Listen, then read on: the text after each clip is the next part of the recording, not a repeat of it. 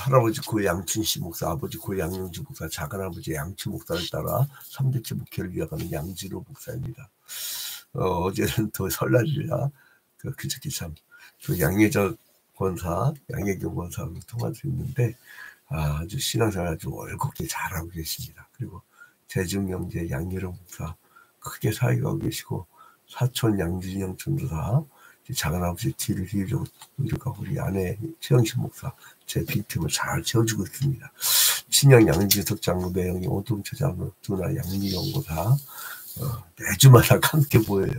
이런 교회도 드뭅니다. 남매는 원래 같이 목회 못하거든요. 근데 우리는 잘해요. 찌그락찌그락하면서 잘합니다.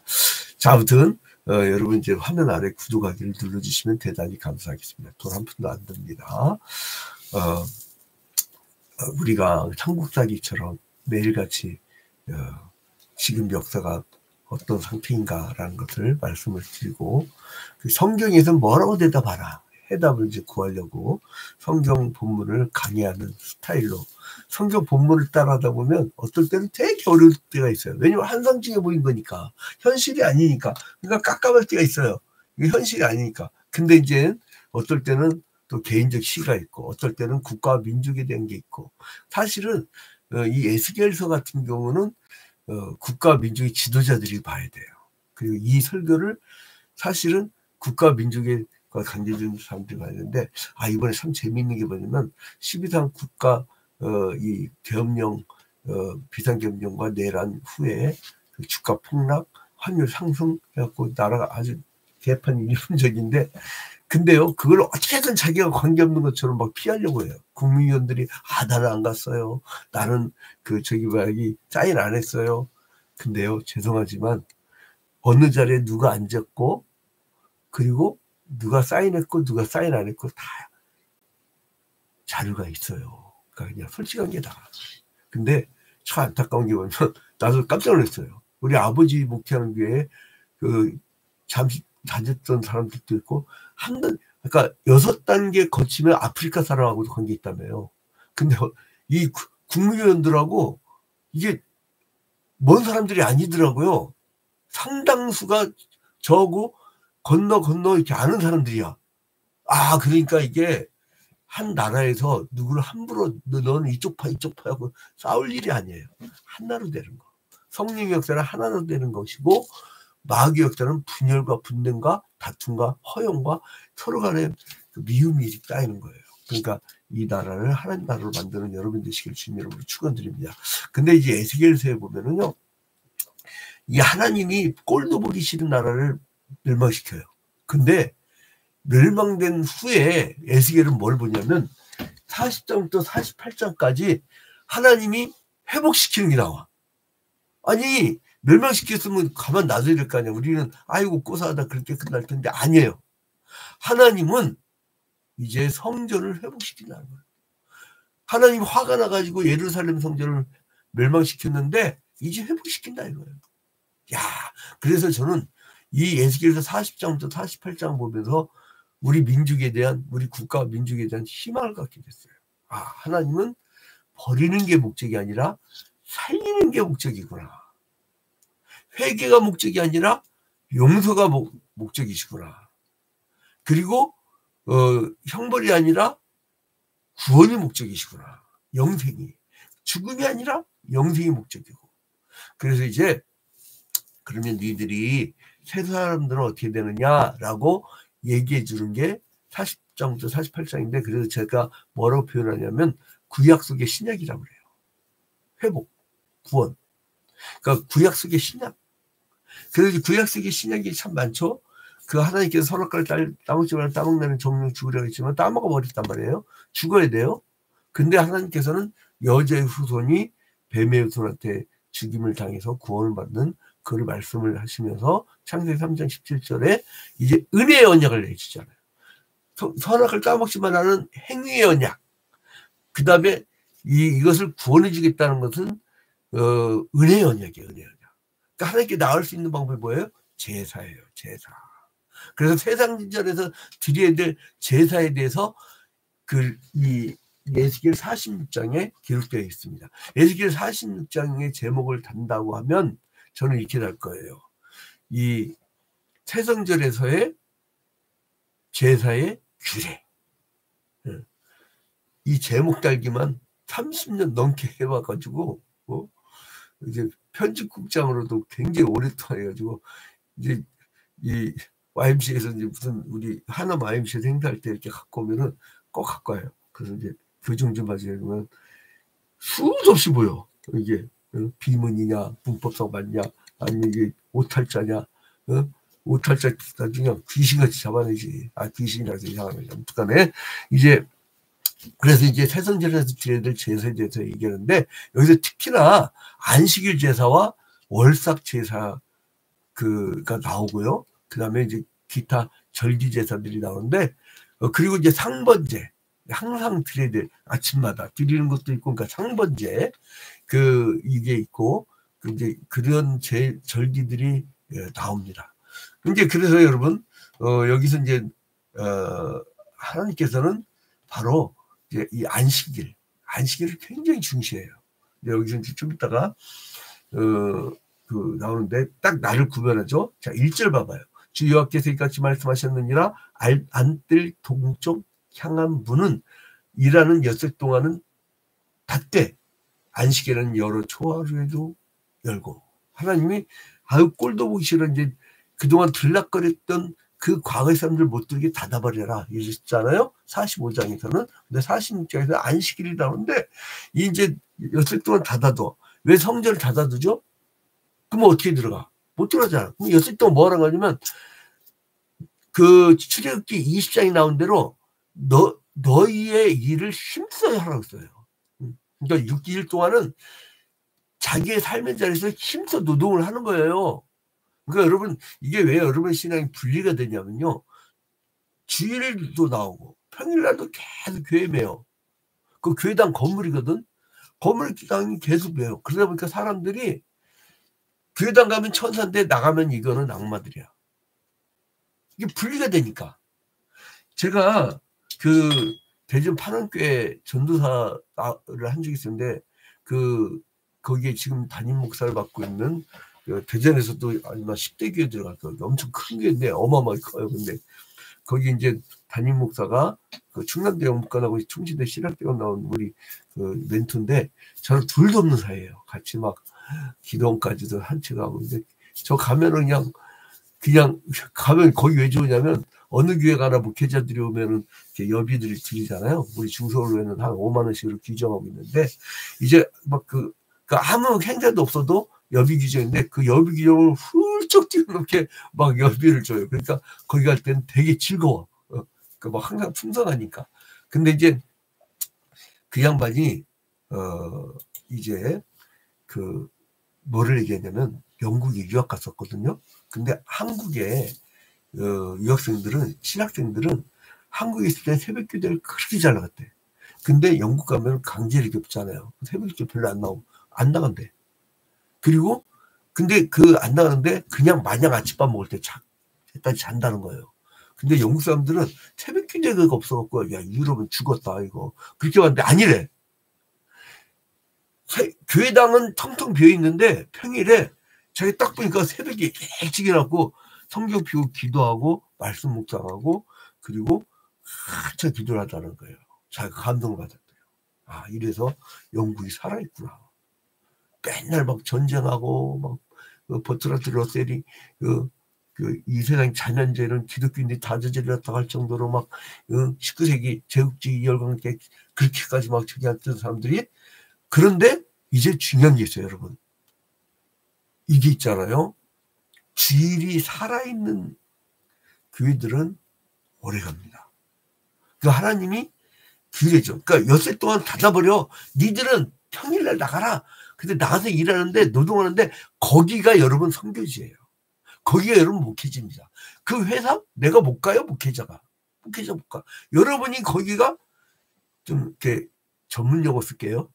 대빵 짱. 여러분들이 거기서 담임 목사인 거예요. 그런 의식을 가져야 되니까 엿새 동안 교회당은 닫아요. 그러나 여러분은 거기에서 담임 목사야. 그래서 거기서 여러분들이 어떤 영향을 끼치냐에 따라서 하나님 나라가 이루어지기도 하고 악마의 나라가 이루어지기도 하는 거죠. 그죠? 그래서 이제 노동한 6일 동안에는 닫혀 있는 안뜰 동쪽 문이 안식일에는 열려 있어야 돼요. 그리고 왕은 그 문으로 들어서 그 문지방에서 경배하고 거기서 제단의 제물을 보게 되는 겁니다. 그게 2절이 나죠. 군주는 그러니까 왕이죠. 이제 여기서는 뭐 이제 더 프린스라고 표현하는데 이제 그 군주는 바깥문 현관을 통하여 들어와서 문벽 곁에 서고 제사장은 그를 위하여 번제와 감사제를 드릴 것이요 군주는 문 통로에서 예배한 후에 밖으로 나가고 그 문은 저녁까지 닫지 말 것이며 가장 행복한 나라는 어느 나라냐? 대통령이 같이 예배하는 나라. 나는 실수할 수도 있어요, 사람들이. 그러나 예배를 할 때 뭡니까? 회개도 하고 주님께 영광 돌려드리잖아요. 그 죄인도 있고 부족한 사람도 있고. 근데 난 그런 거 보면 참 부러워요. 어느 나라도. 대통령이 같이 예배드리고 무당들하고 주술사들 얘기 듣지 않고 목사님들 말씀을 듣고. 우리는 나는 참 우리 한국교회 목사님들에 대해서 메시지에 대해서 굉장히 고민을 하고 있어요. 왜냐하면 12월 3일 날 계엄령 내리면서 막 대통령 화가 났었거든요. 화가 났었는데 거기서 있는 사람들 얘기에 막 얼굴이 시뻘갰대요. 막 뭐를 드셨는지 얼굴이 빨간 상태에서 막 흥분하고 이러실 때. 근데요 너무 비하는 게 뭐냐면 10일 전에 11월 23일 날 10일 전에 국가 초청 기도를 했어.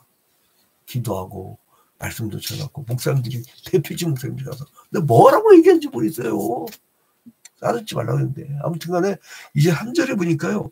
이 땅 백성도 안식일과 초하루에 이 문 입구에서 나요 앞에 예배할 것이며 뭐라고 하냐면 백성들이 금을 통해서 제사 드리고 경배하는 거예요. 백성들도 다 하라는 거예요. 백성들도 다 하라는 거예요. 그래서 이제 안식일기가 나오는데 이제 이 월삭도 나와요. 그 월삭이 안식일도 나오고 그리고 이제 3절에 보면 이 땅 백성도 안식일과 초하루에 초하루는 월삭이죠. 우리가 월삭 기도회라고 했죠.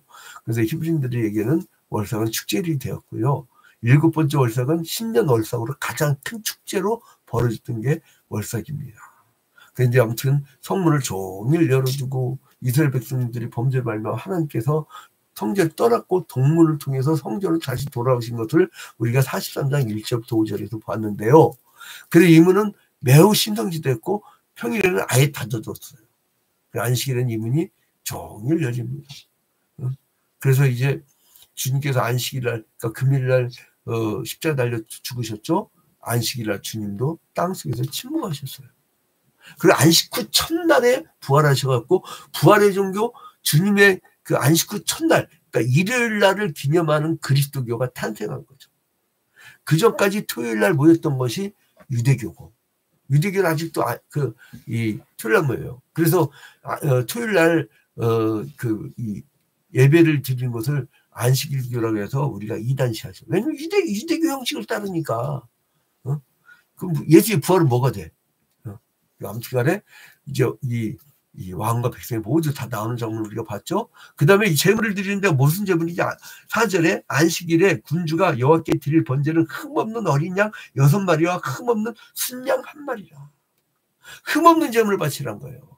왜요? 하나님은 완전한 분이기 때문에. 완전한 제물을 드리란 거예요.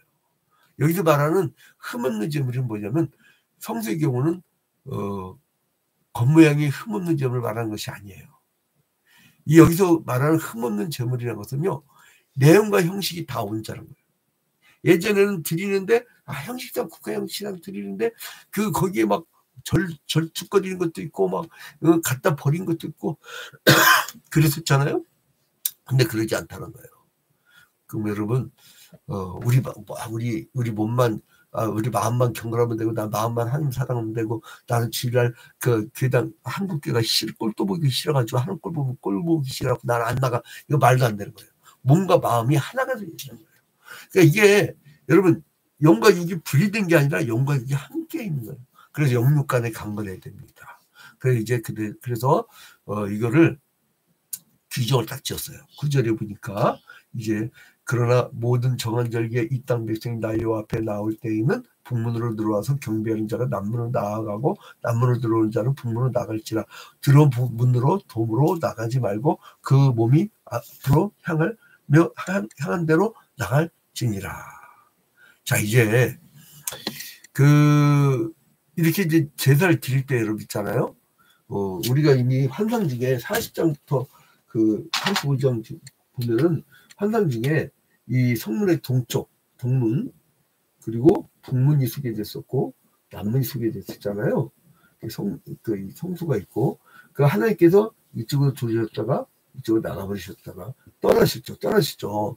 그리고 다시 이제 동쪽으로, 임하시고, 그리고 문을 닫아버려! 하고 닫아버렸어요. 그러면 이제 안식일 날 어떻게 했느냐?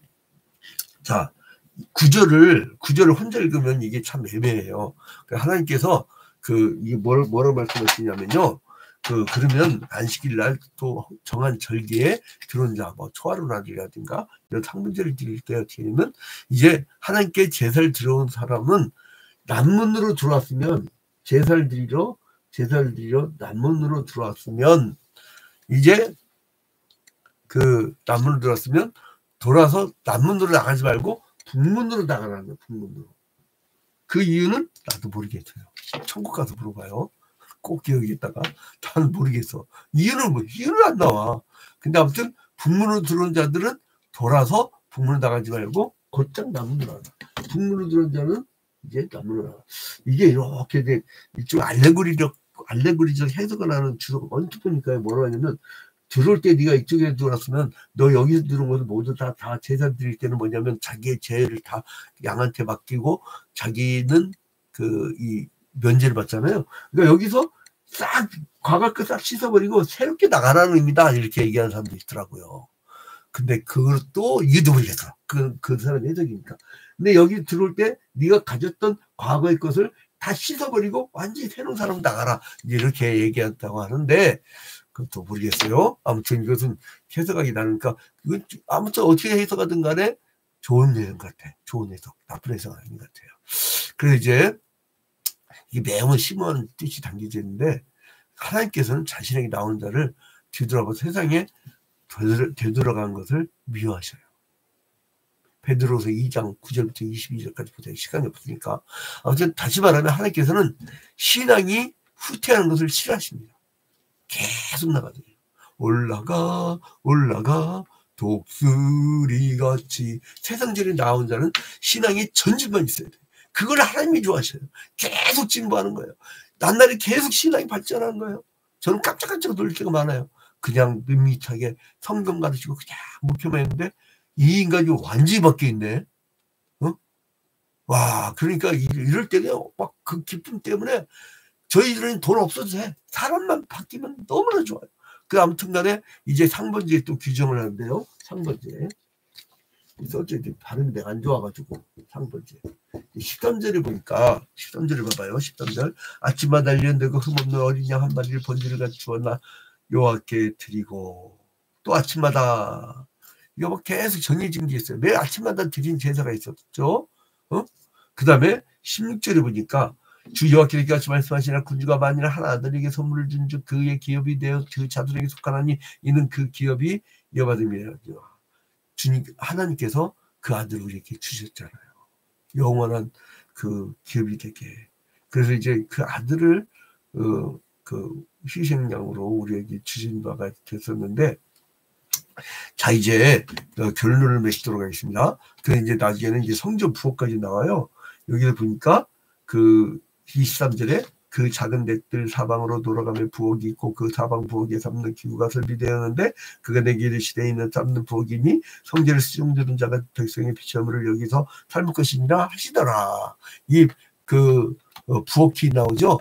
여기서 이제 이 재물을 처리하는 부엌이에요. 근데 이제 이것도 어떤 영적 의미를 가지는지 저도 잘 모르겠어요. 그러나 대충 보면 물질을 규모 있고 거룩하게 사용해라.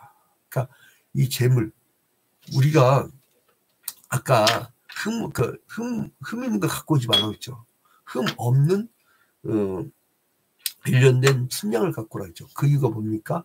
하나님께서는요 분명히 얘기했어요. 개같이 본 거는 바치지 말라고 딱 규정했어요.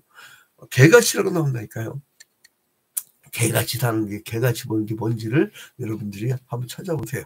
난 그걸 표현을 하기 어렵겠어.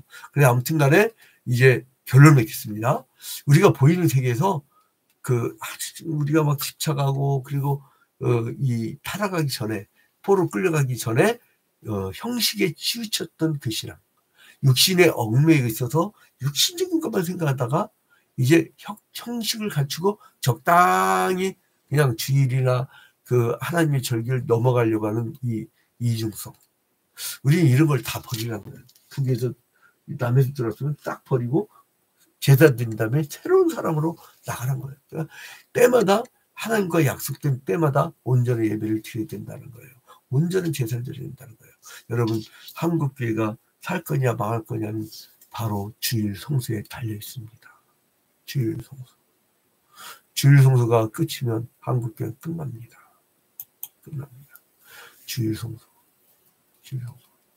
우리 주일 성수를 하면 국가와 민족, 우리 한국교회가 다 살 것이라고 확신을 갖고 오늘도 그 메시지를 하나님이 던져주신 거예요.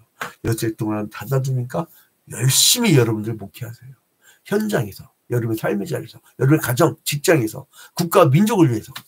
그러나 안식일 날은 문을 열어둘 테니까 온전한 제사를 드리는 여러분이 되시기를 주님의 이름으로 축원드립니다.